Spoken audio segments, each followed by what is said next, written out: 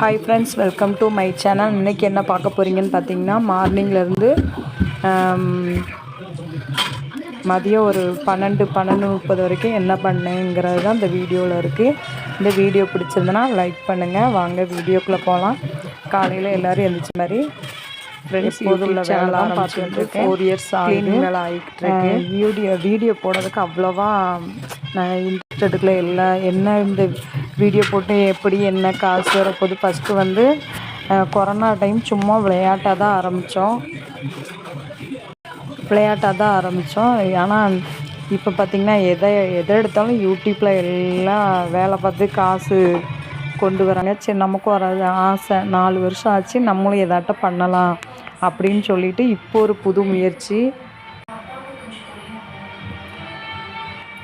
வேலைக்கு போய்கிட்டு தான் இருந்தேங்க ஃப்ரெண்ட்ஸ். இப்போ வந்து கொஞ்சம் வேலைக்கு போக முடியாத சூழ்நிலை. அதனால் வீட்டிலேருந்து சும்மா ஏன் இருக்கோம், நமக்கு தெரிஞ்ச வேலையை பார்த்து வீடியோ எடுத்து போடுவோம். சரி, அப்படி வீடியோவில் வந்து நமக்கு வந்து யூடியூப் வந்து அதை வந்து ப்ளஸ் ஆக்கினாலும் சரி மைனஸ் ஆக்கினாலும் சரி, நமக்கு அதில் ஒரு பாடம் தான் கற்றுக்க போகிறோம் அப்படின்னு சொல்லிட்டு தான் ஒவ்வொரு நாளும் எனக்கு தெரிஞ்ச வேலை, எனக்கு எல்லா வேலையும் தெரியும். நமக்கு இப்போ என்ன தெரியும், வீட்டில் உள்ளவங்களுக்கு ஹவுஸ் ஒய்ஃபுக்கு என்ன தெரியும் ஃப்ரெண்ட்ஸ், வீட்டில் உள்ள வேலைங்க, வீட்டில் இருக்க வேலையை பார்க்குறதுக்கே அங்கே தீராது. அந்த வேலையை தான், அந்த வேலையில் எனக்கு தெரிஞ்ச அளவுக்கு பெரிய ஆள்லாம் கிடையாது. நமக்கு என்ன தெரியுமோ, வீட்டில் இருக்கவங்க நம்ம என்ன பெரிய 5 ஸ்டார் ஹோட்டலே போய் வேலை பார்த்துட்டு வந்து வீடியோ போட போகிறோம். நமக்கு தெரிஞ்சதை வீடியோ போட போகிறோம். ஏதோ எனக்கு தெரிஞ்சதை நான் பேசுகிறேன், அவ்வளோதான். சரி, வீடியோ போட்டால் நான் யூடியூப் ஏதோ ஒன்று நமக்கு பண்ணோம். பார்த்திங்கன்னா ஃபஸ்ட்டு வந்து இப்போது ஆகஸ்ட் 3ஆம் தேதியிலேருந்து எனக்கு வந்து வெறும் 300 சப்ஸ்கிரைபர் தான் இருந்தாங்க ஃப்ரெண்ட்ஸ். ஆனால் எப்படின்னு தெரியல, ஒரு வீடியோவில் வந்து அவ்வளோ சப்ஸ்கிரைபர் வந்து யூடியூப் கொண்டு வந்திருக்கிறாங்க. அப்போ முயற்சி பண்ணால் எதுனாலும் நமக்கு நடக்கும். முயற்சி தான் நம்ம செய்யணும். நான் கூட ஃபஸ்ட்டு சும்மா விளையாட்டாக தான் வீடியோ போட்டுக்கிட்டே இருந்தேன். என்னட்ட ஒரு 100 சப்ஸ்கிரைபர் வாங்கக்குள்ளேயும் நமக்கு போதும் ஆயிட்டு. எப்படி இதில் வீடியோ போட்டு அப்போ விளையாட்டாக தான் அந்த வீடியோ போய்கிட்டே இருந்துச்சு. இப்போ கொஞ்சம் பரவாயில்லைங்க ஃப்ரெண்ட்ஸ். சரி, இதையும் எடுத்து பண்ணுவோம். எல்லா வேலையும் பார்க்குறோம், இதையும் எடுத்து பண்ணுவோம். இது ப்ளஸ்ஸா மைனஸா, எப்படியும் ப்ளஸ்ஸுனாலும் மைனஸ்னாலும் நமக்கு ஒரு இது தானே, வேலை செஞ்சோங்கிறது. அப்புறம் எனக்கும் வீட்டில் வேலையை பார்த்துட்டு இந்த க்ரியேட்டர் தானே, நம்மளும் ஒரு படம் எடுக்கிற மாதிரி தான் நமக்கு ஒரு டேலண்ட்டு. வீடியோ எடுக்கல படுத்தப்பட அந்த கடவுளுக்கு தர வீடியோ எடுக்கிறோம், அதை எடிட் பண்ணிவிட்டு அதுக்கு வாய்ஸ் ஓவர் கொடுக்குறோம். இதுவுமே ஒரு வேலை தானே. சரிக்கா, ப்ளஸ் ஆனால் நமக்கு வருமானம்னா ஓகே, இல்லைனாலும் ஓகே. சரி, அன்றைக்குள்ள பொழுது நமக்கு பிடிச்ச மாதிரி நல்லபடியாக போகுதுன்னு தான் பார்க்கணும். அப்படி தான் என் வீடியோ இருக்குது. பார்த்திங்கன்னா காலையில் இட்லி தோசைலாம் ஊற்றி வச்சுட்டு தயிர் சாதம், தக்காளி சாதம், பிறகு தக்காளி தொக்கு வச்சுருந்தேன். அதை தான் தக்காளி சாதம் கிளறி கொடுத்துட்டு அதுக்கப்புறம் தக்காளி தொக்கு வேற வச்சுருந்தேன்.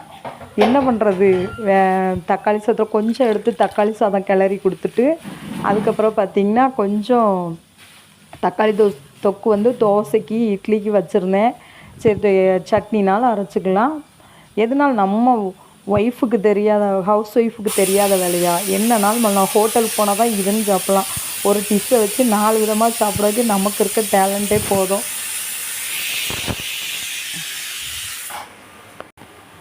சும்மா இருக்க பிடிக்காது ஃப்ரெண்ட்ஸ். அதனால தான் ஏதாட்டம் ஒன்று பண்ணணும். வீட்டில் உட்காந்துட்டேன்னா இவ்வளோ நாள் வேலைக்கு போய்கிட்டே இருந்தானா துருன்னு தான் இருப்பேன். என்னை விட்டால் அவ்வளோ வேலை பார்ப்பேன், துருன்னு தான் இருப்பேன். எனக்கு சும்மா இருக்க பிடிக்காது. சரி, வீட்டில் வேலைக்கு போக வேண்டான்னு சொல்லிட்டாங்க. அப்புறம் என்ன பண்ணுறது, ஏதாட்டம் முயற்சி பண்ணோம் அப்படின்னு சொல்லிட்டு இன்றைக்கி ஒரு கம்பெனிக்கு வந்து ஸ்டோருக்கு வந்து இன்ட்ரிவ்யூக்கு போயிருந்தேன். அங்கே வீடியோ எடுக்கலைங்க ஃப்ரெண்ட்ஸ், மறந்துட்டேன். இன்ட்ரிவ்யூக்கு போயிருந்தேன். கூப்பிட்றேன்னாங்க. ஆனால் கூப்பிட்டாலுமே எங்கள் வீட்டில் போடுவாங்களான்னு தெரியல. இருந்தாலும் ஒரு ஆசை. சரி, பிள்ளைங்க ஸ்கூலுக்கு பாப்பா வந்து 10th படிக்கிறான். இப்போது காலையில் 7 மணிக்கு போனால் நைட்டு 7:30 தான் வருவா. அப்போது வர்ற நேரம் நம்ம வீட்டில் இருக்கணும். பாவம், இன்னொரு பாப்பா 4லேருந்து 4:30 வந்துடுவா. அவளும் தனியாக வீட்டில் இருப்பாள். அப்போ வேலைக்கு போனோன்னா, வேறு பக்கம் போனோன்னா 8 மணி 8:30 ஆகும். அதனால் சரி, வேலையை வேண்டாம், நீ இருக்கதை வச்சு பார்த்துட்டு பிள்ளைங்களை பார்த்துட்டு நல்லபடியாக பார்த்துக்கோ. இவ்வளோ நாள் வளர்த்தாச்சு. இப்போ இருக்க சூழ்நிலைக்கு 2 பொண் குழந்தைங்க. நம்ம சேஃப்டியை தான் நம்ம பார்க்கணும். காசாக இருக்க போது நம்ம பிள்ளைங்கள தான் பாதுகாப்பாக வளர்த்துக்கணும்னு சொல்லிட்டு வேலைக்கு சூழ்நிலை காரணமாக வேலைக்கு போகலை. அப்படி இருந்தும் சரி ஒரு 6 மணி வரைக்கும் வேலை இருந்தால் பரவாயில்லன்னு சொல்லிவிட்டு ஒரு இன்டர்வியூக்கு போயிருந்தேங்க ஃப்ரெண்ட்ஸ். ஸ்டோருக்கு தான். அங்கே 6 மணினா 6:30க்கு விட்ருவாங்க. எப்படியோ 1 ஹவர் தானே, பாப்பா எப்படியோ சமாளிச்சு இருந்துக்கோ அப்படின்னு சொல்லி இன்டர்வியூக்கு போயிருந்தேன். அங்கேயும் என்னை மாதிரி லேடிஸ் தான் என்னை இன்டர்வியூ எடுத்திருந்தாங்க. சரி கூப்பிட்றேன்னு சொன்னாங்க. சரி முயற்சி பண்ணி பார்ப்போம். நம்ம டைம் சொல்லி ரொம்ப நேரம்னா போகக்கூடாது. ஒரு 6 மணி வரைக்கும்னா ஓகே, நம்ம பிள்ளைங்களோட வந்து இருந்துக்கலாம். ஒரு 7, 8 மணினா 2 மணி நேரம் இருட்டுக்குள்ளே இருக்குன்னா பயம். சரி 6 மணினா ஓகே, 4:30க்கு வந்தாலும் ஒரு 5:30 வரைக்கும் வீட்டில் இருந்துக்குவாங்க, அதுக்குள்ளே ஓடியாந்துடலாம் அப்படின்னு சொல்லிட்டு தான் இன்டர்வியூக்கு போயிருந்தேன். அப்படியே இன்டர்வியூ அட்டன் பண்ணிவிட்டு பார்த்திங்கன்னா அதுக்காண்டி தான் அந்த வேலை. சரி குழம்பு எதுவும் வைக்கலை, நைட்டு வச்ச ஒரு புளிக்குழம்பு இருந்துச்சு. சரி அதை வச்சு நம்ம சாப்பிட்டுக்கலான்னு சொல்லிட்டு காலையில் பார்த்திங்கன்னா தயிர் சாதம் தான். பாப்பாவுக்கு வந்து 3 நேரமும் சாப்பாடு கட்டி கொடுக்கணும். ஏன்னா காலைல 7 மணிக்கே போயிடுவா.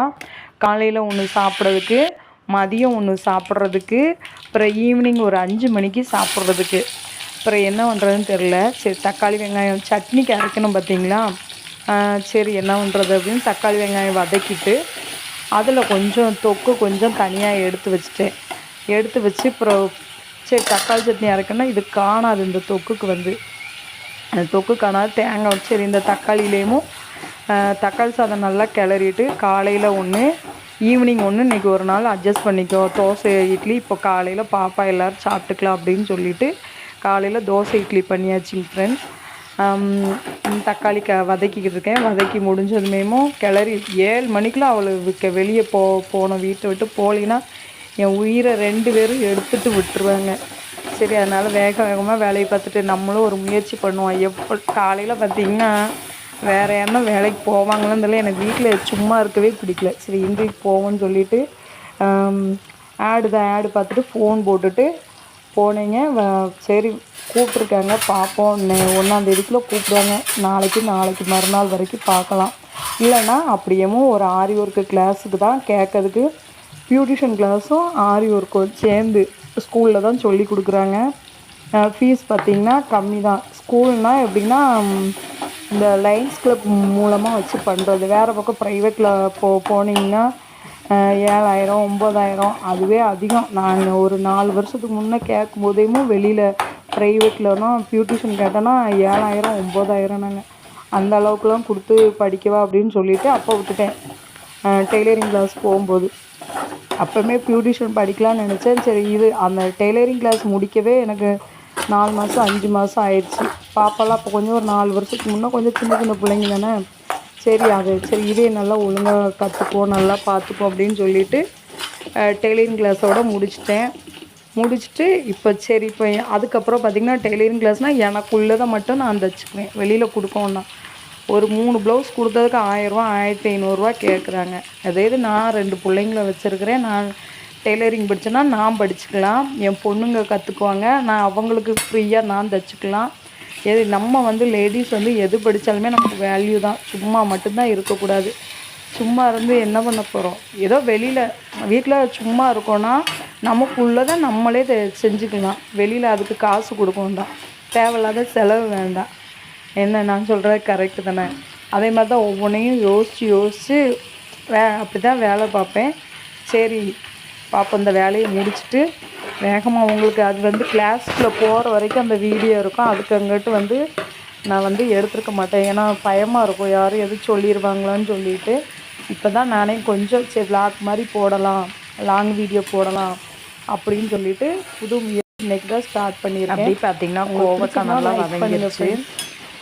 அதையும் ரெடி பண்ணிவிட்டு பாப்பாவுக்கு ஒயிட் ரைஸு தயிர் சாதமும் கோவக்காவும் மதியம் லஞ்சுக்கு வச்சுருந்தேன். காலையில் கொஞ்சம் பார்த்திங்கன்னா தக்காளி சாதம் மட்டும்தான். அப்புறம் ஈவினிங்கு அப்படி தான் தக்காளி சாதம் மட்டும்தான் வச்சு கொடுத்தேன். சரி சமாளிச்சுக்குவா, இன்றைக்கி ஒரு நாள் தானே, சரி இன்றைக்கோ ஒரு நாள் நமக்காண்டி பிள்ளைங்க கொஞ்சம் விட்டு கொடுப்பாங்க. சரி நமக்கு ஏதோ ஒரு நல்லதுக்கு தானே பண்ணுறோம், அதனால் அவங்களும் எதுனாலும் ஓகேன்றாங்க. வாம்மா நீ வா, ஆரி ஒர்க் படி, பியூட்டிஷன் கிளாஸ் படி. என் பிள்ளைங்கள்லாம் எனக்கு ரொம்ப சப்போர்ட்டு. நல்லா ஜாலியாக இருக்கணும், நல்லா அம்மாவுக்கு எல்லாம் தெரியணும்னு நினைப்பாங்க 2 பேருமே. நல்ல பிள்ளைங்க, 2 குட்டியும் சூப்பர் குட்டி.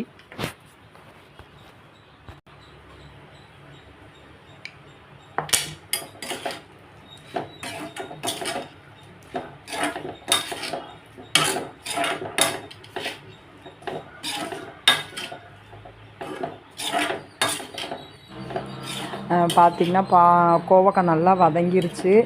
அடுத்து பார்த்திங்கன்னா என்ன பண்ணுறது, நம்ம வீடு ஒன்றும் பெரிய மாளிகைலாம் கிடையாது. ஷார்ட்ஸுக்காண்டி கொஞ்சம் நீட்டாக தெரியணும்ல, அதனால் கொஞ்சம் நானும் மற்றவங்க வீடியோலாம் பார்த்துட்டு கொஞ்சம் நம்மளே இம்ப்ரூவ் பண்ணணும்ல, பார்க்க நல்லாயிருக்கும்னு சொல்லிவிட்டு அதை வந்து ஷார்ட்ஸ்க்காண்டி எடுத்திருந்தேன். பார்த்திங்கன்னா கடைக்கு போயிருந்தேன்.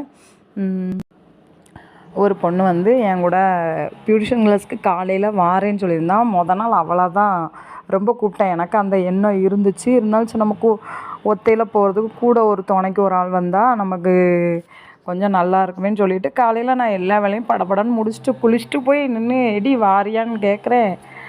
வரலக்கா, எங்கள் வீட்டில் வேண்டான்னு சொல்லிட்டாங்க. அன்றைக்கி நாள் பிடிவாதமாக எக்கா ஏமாத்திடக்கூடாதுன்னு சொன்னக்குள்ள காலையில் குளிச்சுட்டு போயிட்டு காலைல 10 மணிக்கு கரெக்டாக ரெடி ஆகிட்டு கூப்பிட்றேன். வரலன்னு சொல்லி கொஞ்சம் நமக்கு யாரும் கொஞ்சம் நம்ம அவ்வளோ நம்பிக்கையாக பேசுகிறாங்க. இல்லாட்டி காலையில் ஒரு 8 மணிக்காட்ட சொல்லியிருந்தாலும் சரி, நம்ம கொஞ்சம் சரி அதுக்கு முடியல வரலன்னு சொல்கிறாங்கன்னு கூட நம்ம யோசிக்கலாம். என்ன பண்ணுறது, பார்த்து நான் போய் வீட்டு முன்னே போய் நின்னுட்டு வாரியான்னு கேட்குறேன். இல்லை, குழந்தைய தான் வச்சுருக்கா. சரி சும்மா போய் விசாரிச்சுட்டு வரோம், அதுக்கு ஆசை அந்த பிள்ளைக்கு.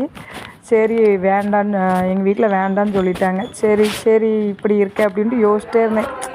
நம்ம ஒன்று செய்யணும்னு நினைக்கும், கூட ஒரு ஆள் துணைக்கு சப்போர்ட்டுக்கு ஒத்தையில் எங்கேயும் நான் போனது கிடையாது.